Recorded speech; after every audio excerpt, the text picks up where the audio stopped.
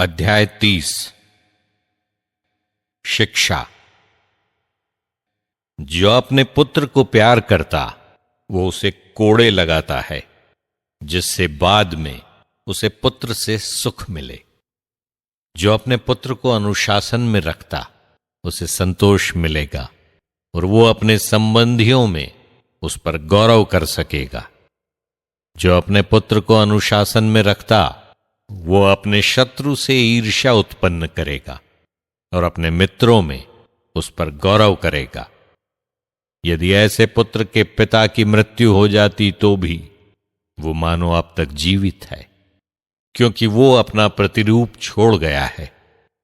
वो जीवन में पुत्र को देखकर आनंदित रहा और मरते समय उसे दुख नहीं हुआ। वो अपने शत्रुओं के सामने लज्जित नहीं हुआ। वह ऐसा व्यक्ति छोड़ गया जो शत्रुओं से उसके घर की रक्षा करेगा और उसके मित्रों को उनके उपकार का बदला देगा। जो अपने पुत्र को सिर पर चढ़ाता उसे अपने घावों पर पट्टी बांधनी होगी और उसका हृदय हर चिल्लाहट पर कांप उठेगा। जो घोड़ा पालतू नहीं बनाया गया वो वश में नहीं रहता। यदि पुत्र भी स्वच्छंद छोड़ा गया तो उद्दंड बन जाता है। अपने पुत्र को सिर पर चढ़ाओ और वो तुमको चकरा देगा। उसके साथ खेलो और वो तुमको दुख पहुंचाएगा। उसके साथ हंसी मजाक मत करो, नहीं तो तुम्हें दुख उठाना पड़ेगा और तुम अंत में उस पर दांत पीसते रह जाओगे।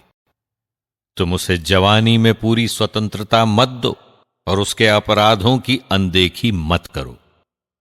तुम जवानी में उसकी गर्दन झुकाओ और बचपन में उसकी पसलियां तोड़ दो, नहीं तो वो हठी बनकर तुम्हारी बात नहीं मानेगा और तुमको उसके कारण दुख होगा।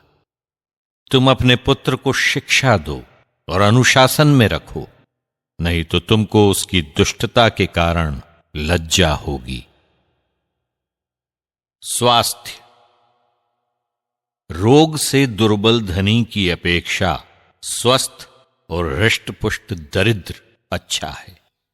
संसार भर के सोने चांदी की अपेक्षा स्वस्थ शरीर अच्छा है। अपार संपत्ति की अपेक्षा सुदृढ़ मन अच्छा है। स्वस्थ शरीर के बराबर कोई संपत्ति नहीं और प्रसन्न मन के बराबर कोई सुख नहीं। दयनीय जीवन की अपेक्षा मृत्यु अच्छी है और दीर्घकालीन रोग की अपेक्षा अनंत विश्राम। रोगी के बंद मुख के सामने रखा स्वादिष्ट व्यंजन कब्र पर चढ़ाए गए भोजन के बराबर है। देवमूर्ति को अर्पित भोजन से क्या लाभ, क्योंकि वो न तो खा सकती और न सूंघ सकती है। ये उस पापी की दशा है जिसे प्रभु उत्पीड़ित करता है। वो उसी तरह देखता रहता और आहें भरता है जिस प्रकार खोजा कुंवारी के सामने करता है। आनंद। उदासी के शिकार मत बनो और चिंता से अपने को तंग मत करो। हृदय की प्रसन्नता मनुष्य में जीवन का संचार करती और उसे लंबी आयु प्रदान करती है।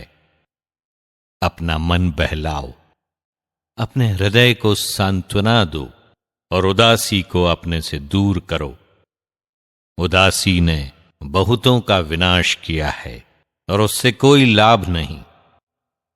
ईर्ष्या और क्रोध जीवन के दिन घटाते हैं और चिंता समय से पहले किसी को बूढ़ा बनाती है। आनंदमय हृदय खाने की रुचि बढ़ाता है। ऐसा व्यक्ति अपने भोजन का बहुत ध्यान रखता है।